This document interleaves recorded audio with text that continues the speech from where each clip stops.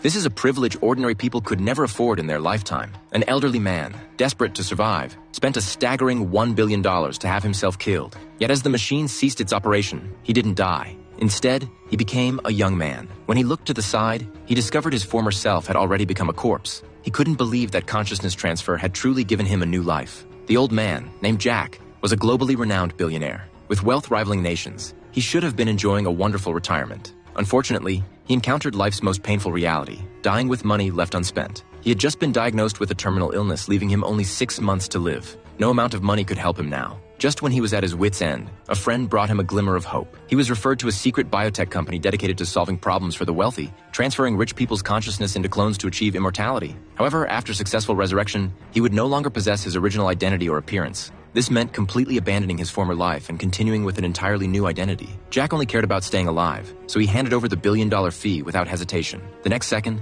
he collapsed in a restaurant. When he was loaded into the ambulance, he discovered all the medical staff were actually from the biotech company. Upon arriving at the laboratory, Jack was told he couldn't have any metal devices on his body, and once the surgery began, it couldn't be stopped. Having no remaining attachments, Jack gave David an affirmative response. After a blinding flash of light, he successfully transferred to his brand new body. Initially, he felt rejection toward the new body, but after a month of training, Jack had completely adapted to his new form. Occasionally, he would experience strange hallucinations. David told him this was normal and would gradually improve with regular medication. Having gained a new life, Jack naturally didn't take it seriously. After seeing his daughter's death announcement, he completely let go of any lingering concerns. David provided him with a new identity, complete with a luxury car and mansion. But these weren't what he wanted. His first priority was to experience the joys of being a young, vigorous man. He indulged recklessly in the pleasures his rebirth brought. However, good times didn't last. One day, just as he was about to take his medication, his girlfriend dragged him off to exercise. When he came to his senses, he was suddenly struck by a splitting headache. He frantically reached for his pills but collapsed before he could take them. In his mind,